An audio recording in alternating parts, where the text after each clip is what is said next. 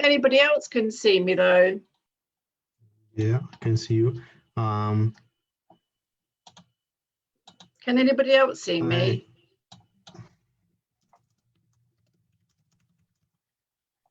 We're already live. Start, I'm live. please. Yeah. Hi, hola. I think I'm live. My name is Lynn Mcallister. Hola y bienvenido to the Spanish speakers. I'm hoping that you can all hear me. I am a children's author living in Twickenham, UK, home of the English rugby near London. And I also am a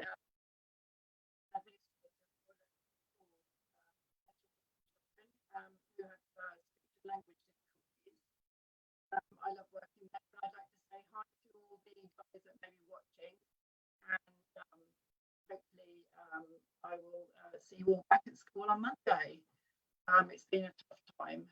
Anyway, back to my book. First of all, I just want to demonstrate what Pixie Van Dimple is all about. In fact, if I put my mask on like this, Pixie Van Dimple represents safety for children. Keeping children safe is her motto, and that's what the character is all about. The book itself is here. It is called Pixie Van Dimple and the Wrong Kind of Artificial Intelligence. And on the front of it, you can see Pixie and a mobile phone, in which she seems to be kind of trapped. The whole premise being that she needs to keep safe online and also monitor the time that she spends online. I just wanted to talk about the book name because the book name is about the character Pixie Van Dimple. Pixie Van Dimple came to me probably in 2017, 2018. I was thinking about, I maybe just had a creative rush to the head really because my father had died that year, and I don't know, maybe I just had this feeling that I just wanted to be creative, had some kind of journal. And I remember when he did die, I drew a picture of him, which is here. It just came as a bit of a creativity right to the head. I started to write about, it is in rhyming prose, so I did spend a lot of time looking at thesaurus and rhyme zone to try and make the whole story work. If you asked me now where it came from, I really wouldn't know because it just came rushing out my head. Sometimes late at night, I'd be tapping away on my iPad. Just came up with the story. The initial story came to me really because my children seemed to be so connected to their mobile phones, and that was even back then when they were quite young. You know, we can't really stop children being interested in the things that we use, as in mobile phones, because they copy what we do. So the idea is for them to be allowed to use them, but we also need to know that there are parental controls, and also there are, you know, we have to be aware of online safety issues. I wanted to go back to the book name because Pixie Van Dimple is quite a character. She came to me because of the name Dimple means with dimples, and when I was a child, I still have dimples, but when I was a child, and this is me when I was a child, about 5 or 6, with dimples. And everybody used to say, oh, look at their dimples. Me and my brother and sister had dimples too. So it was one of those things that people used to talk about quite a lot. So Pixie Van Dimple came from the name Pixie with dimples, and the wrong kind of intelligence. It comes from the thought of maybe the wrong kind of online, so the wrong kind of things that you might be looking at online. The fact that you may need to think about, you know, what your children are doing online. if it's a safe environment. And artificial intelligence is a real kind of buzzword at the moment, although then 2017, 2018, it was just probably an emerging technology. The cover itself is, I'm really pleased with it. It looks really nice. It's very attractive. It's engaging. Children will are engaged with it, I'm hoping, because of the cover itself. It has a girl on it, and it's associated with technology, so that's always a good thing in terms of getting children involved in technology, science, and particularly for girls, because girls maybe aren't so keen on technology as much as boys, but it's a good way to engage them, and also to get them engaged in the literacy aspect of the book as well. The book itself can be bought from Amazon, which is completely worldwide. It's also on most platforms, which are Amazon and Waterstone, Wells, Barnes and Noble, Austin Macaulay, which is the publisher. And anyway, if you look up the ISBN, you can probably find on Google that it's absolutely everywhere. I wanted to get the book out there and hopefully bring about some kind of online safety awareness for children of between 8 and 12 to 13 years. The book can be lots of information can be found on social media, because I've got a whole social media story going on around the character Pixie Van Dimple. On Instagram, Facebook, Twitter, LinkedIn, Pinterest, and TikTok. If you look up the hashtag Pixie Van Dimple as a hashtag, there's quite a lot of information on social media, and online interviews that I've had with various people on those platforms. They've all been published onto onto social media on Instagram and Twitter. And there's quite a lot of information on LinkedIn as well. These are here more of a professional contact platform. I'm really pleased with the book. I just wanted to maybe talk about the journey to how it got published. So I say I started writing it in 2018, beginning of 2018, and having completed the text, I wasn't really sure what to do.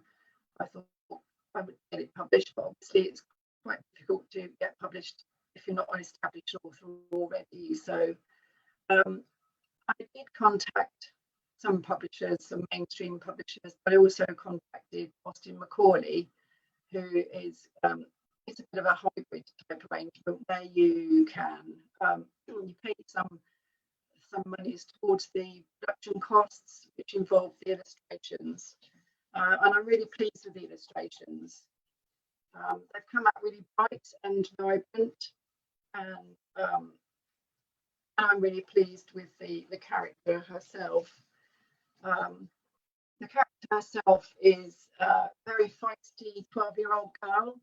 I'll just read you a bit on the synopsis on the back. It says, introducing 12-year-old Pixie Van Dimple, the centre of all the drama, the protagonist and heroine.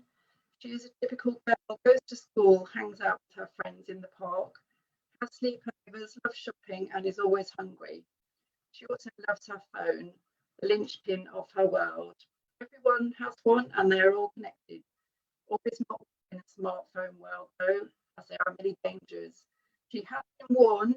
What is the fuss about? Well, she will soon find out. It is truly disturbing. That's the synopsis.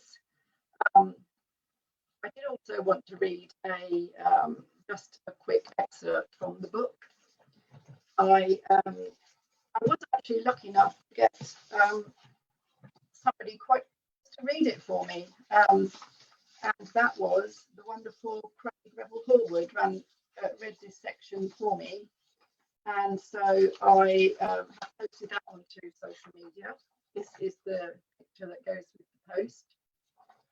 I'm so happy, and I would thank Craig so much for reading it, and you probably can read it far better than I. It is a children's book, so it has to be very entertaining and very dramatic, and it is.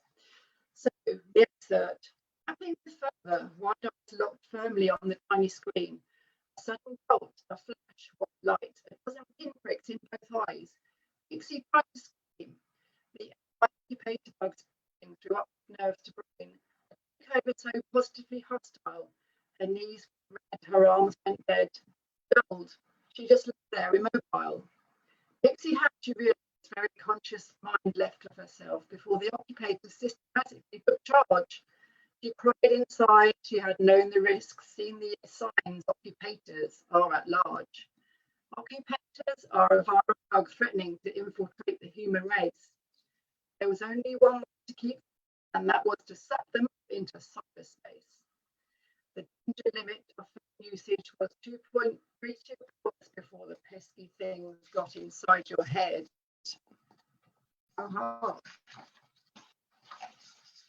If an antidote was not administered within 14.24 minutes, then sorry, you are just dead.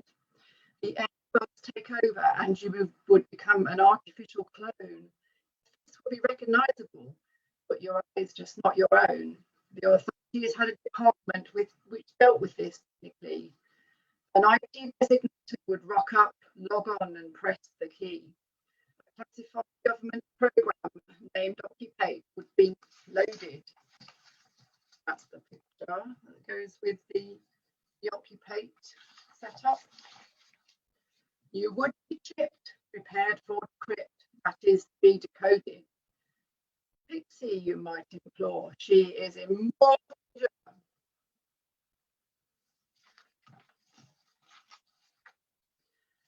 Stand fast before the die is cast and the bugs begin to change her.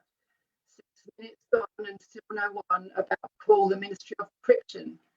Pixie's pulse was slow, her BP low, caused by the advancing vasoconstriction. Time was running out, but being no doubt the bugs had taken control of her transformation. Pixie Simple would be no more a victim of her own mobile phone fixation. Wow. I don't know what you think, but I'm sure you'll be really, really keen to know what happens next, whether she's saved. The idea being that she has spent so much time on her phone that she has been infiltrated by occupator bugs. Now the other bugs could take the form of any kind of online danger. So this is the premise that I would use if I was going to teach a class about it. I mean, I have thought about that. I just wanted to go back to the fact that online safety. Obviously now we're in a position of having been in lockdown since, mostly in and out of lockdown since last March, which is when the book came out. And before that, we would never have dreamt we would have been in this situation, not being able to go out, not being able to see our friends, particularly kind of stressful for young people and their mental health, I feel, but having two daughters that are doing online schooling all the time. Yes, I'm sure I know that some of you can't see me. I think that this is going to be recorded, so I can put it out there and record it. Hopefully you can hear me. Yes, I was saying I wanted to. I did read it to my class at school towards the end of the term last July, and they were really excited about it. And I'd like to say hi to them. They're great students, really lovely, and were really helpful to give feedback about what they thought about the book. They were so engaged that they did actually draw some pictures. And I just wanted to show you a couple of them that they created. That's Dixie Van Dimple, their version. And this is another, it's a computer virus that one of the students had drawn for me during that session. In the session, we talked about the book, how it came to be in production. It was quite a lengthy process whereby the illustrations were created and sent to me, and I would be agreeing whether I liked them or not, and sent them back. Eventually, I think the whole process took about a year, maybe. It's quite a long process. Obviously, rendering all the illustrations is quite lengthy, and then finally, when the book came out in March of last year, it came out just at the point that we went into lockdown. So it could have been quite disappointing at that point to think that it was going, you know, the bookshops weren't going to be open. But the fact was that everything has moved online, ironically, which means that lots of books have actually been sold over this period of time online because of this reason, and so we have to really take the things that are happening to turn it into an advantage to us. Obviously, we can promote the book online, and also building up these social media platforms to help to create the whole frisson of excitement about the book itself and content and character, which is going to be developed. I will be getting a website and some blog going up and running for Pixie Van Poppel herself, who's going to be championing all these key issues, such as being a master of technology, a master of all things good, really, being a role model to children of that age group. That, you know, talking about things that they can identify with and really engage with, hopefully. You know, I think the whole kind of technological advancements in the last few years have really taken a step up lately. And we read about it all the time online. I spend quite a lot of time on LinkedIn making contact with people on there on a professional basis, and it's really interesting reading all the articles there are to do with all those technological advances to do with AI and ethics. I mean, there are questions to be had about social media in particular and young people in terms of keeping children safe in schools. I mean, I wanted to try and develop lesson plans based on in the UK we have DfE, Department of Education guidelines to do with online safety, and we also have the PSHE guidelines and the new RSE guidelines that are coming in 2021 to do with mental health and well-being, really, and trying to make sure that children are aware of all the things that the you know, to do with being online, to do with being happy in themselves, coping mechanisms, support mechanisms, anything like that. Learning about online safety, which could include cybercrime and bullying, online predators, password safety, learning to be in the online community. So I wanted to sort of create, ultimately I want to create lesson plans involving the book and teaching out these key issues, you know, embedding those into the curriculum. Obviously, quite a lot of learning now is online, so children are spending more and more time in the online environment. So we really need to make sure we're keeping them safe in that environment, as both primary school children and secondary school children, all along the educational sort of ladder, if you like, keeping them in a position where they are aware of the social media issues, perhaps. As I was saying a few minutes earlier, the social media issues have been quite prominent in the news recently to do with the elections and algorithms. I mean, algorithms, I always think a bit like little magnets. If you're searching up certain things, you tend to get more of those things sent to you. So if you're searching up about, I don't know, buying something, buying clothes, as a young girl on the internet, then you get sent lots and lots and lots of information about where to buy clothes, for example. For me, it's been quite useful in as much as I've been looking at information to do with the books that I'm reading, writing, and all the background information that I might be keen to find out about gets sent to me because I'm looking at it. So from that aspect, it's quite a good thing. It's obviously not a good thing if there's a more sinister side to searching. Things come up that maybe are a little bit dark and sinister, and more of it will come up as children and young adults look at it on the internet, search about things. So in one way, we really kind of need to make sure that social media platforms, as we've been talking about lately on the news, and really need to be responsible. There needs to be some kind of way of regulating the things that the responsibility that goes with having these platforms. And it has been difficult because everybody is in effect publisher, can publish what they think, what their beliefs are, influence the way people think perhaps, and together with the algorithms, then it does tend to create a whole kind of environment where you don't really know what's truth and what's not truth. That's the issue, I think. So again, it goes back to legislation and the responsibility of those platforms.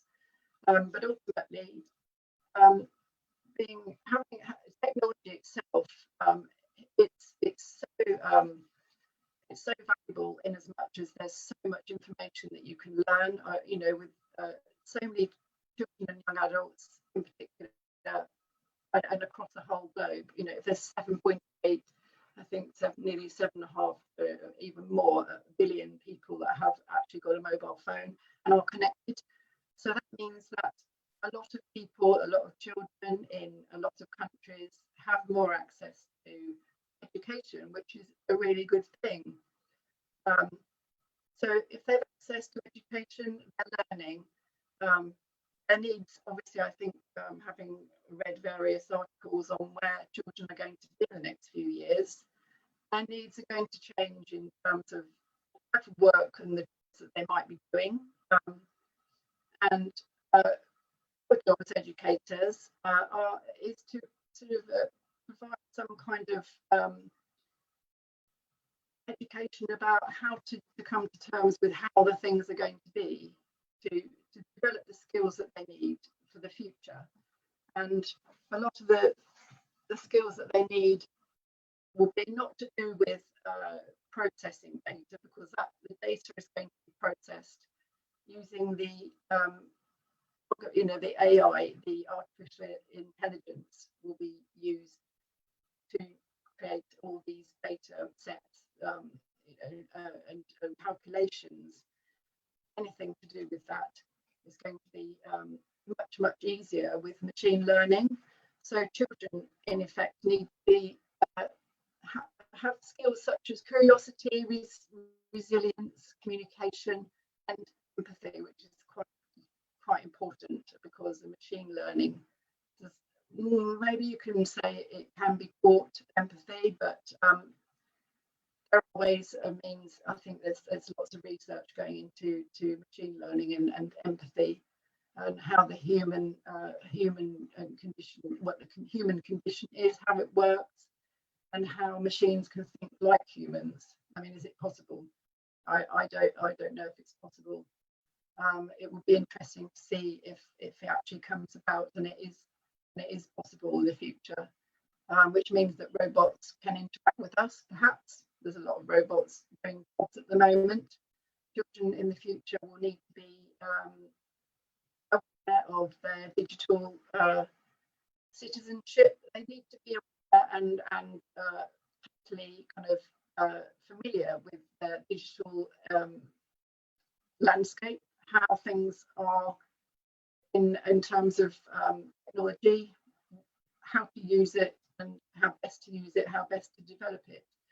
There'll be more emphasis on group work and communications and creative thinking, as I say, more than actually going, sitting down doing calculations, for example, on certain things. But I have noticed there's quite a lot of, artificial intelligence is mentioned quite a lot in quite a lot of different aspects of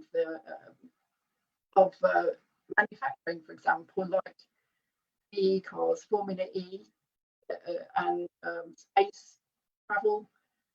All these things are being assisted by technology to and education. Lots and lots of different types of work now that you may have had to sit down and grind through lots and lots of information and data. Hopefully the data is correct. But yes, so I think the book itself is attractive in the way that the title of it is striking a chord with lots of children because of the technological kind of references. And I'm hoping it's going to be a really good, useful tool in the future to actually sort of set up lesson plans for online safety. There's a lot of work being done by the NSPCC, which I've also looked into in terms of keeping children safe. Keeping children safe and safeguarding is the core of all educators and teaching. So we have to embed that into our curriculum itself. And I'm hoping this book, even though on the face of it is just about screen time, it now isn't about screen time. It's about much more deep and meaningful things that can be developed from one book. Fix It Simple and the Wrong Kind of Artificial Intelligence is the book. I'm looking next. I've actually got another book that's in the pipeline. It's currently being illustrated, and it's called Pixie Van Dimple and the Wrong Kind of Plastic. Now, I'm very excited about this as well because I wrote it in 2018, I think, and since then, since having lockdown, we've actually there's quite a lot of information and there's quite a lot of excitement and loads and loads of posts and lots of things on LinkedIn, and lots of companies are all now gathering up momentum with this massive reset button we've had from having the pandemic in recent months. A plan forward with changes to policy making, decision making, and looking at the ways in which we're using all our resources, because we don't have resources. We have only a certain amount of resources, as we've been. We have 2 minutes left. 2 minutes. Okay. About the sustainability, circular economy, which for children maybe doesn't. I think they'd be quite interested to get into the things, the circular economy aspects of and recycling supply chain, which is actually how to make things so they don't actually get thrown away at the end of the product life cycle, because we want to really use things again and again and not keep using natural resources up at all.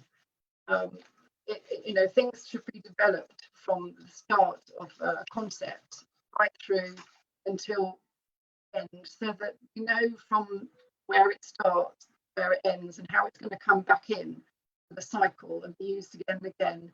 So it doesn't have an impact on the environment. It doesn't use up the carbon footprint, and we all have have a future to look forward to. We can all work together with companies such as Prevented Ocean Plastics, 7 Clean Seas, and Soul Buffalo, based in various parts of the world. I think particularly in Asia, there's loads of work going on to do with plastic pollution. The right kind of plastic. There is a right kind of plastic as opposed to the wrong kind of plastic. And I've been looking at all these things with fashion, e-cars, cosmetics, energy. They all cover both the AI aspect, technological aspects, and also the sustainability aspects of the books that I'm writing at the moment. So it all comes together, and I have got another one in the wings called Van Dimple and the Wrong Kind of Sugar, which is it's actually called The Wrong Kind of Wind, but it is about sugar and eating the right kind of food. So as a little trilogy of books, it is it's very current, and it's not, all these things are not going anywhere. We're looking at all the things that we are looking at are quite important for the next generations. I just wanted to round up, so I've already got about 30 seconds, is that I'm really pleased to have been able to present this book, and I hope you can all see me. It's Pixie Van Dimple and the Wrong Kind of Artificial Intelligence, currently out on all platforms, on Amazon and various other platforms. And I'm really pleased to have been able to share this with you today.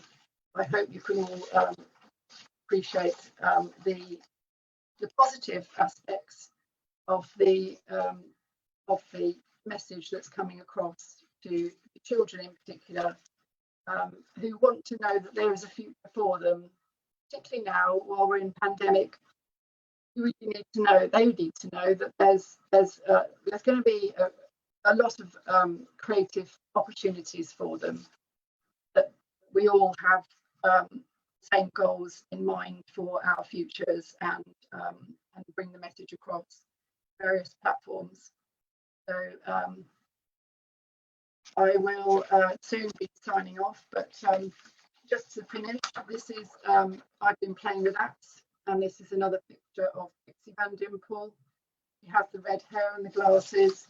This is Pixie Van Dimple in her own bubble that I created, and I've also created a Pixie Van Dimple Internet Safety Pledge as a start to where I'm going with the curriculum, teaching out maybe in collaboration with other educators to come up with ideas for that.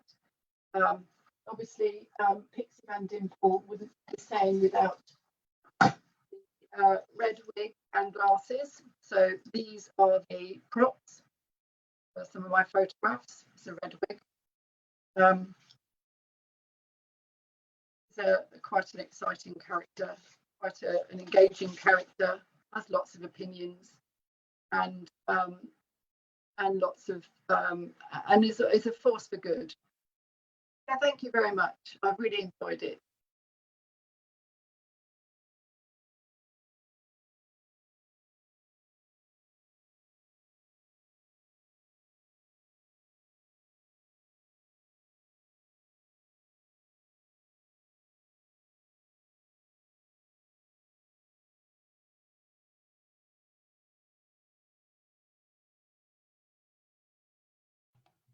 Okay, Lynn. Have I finished?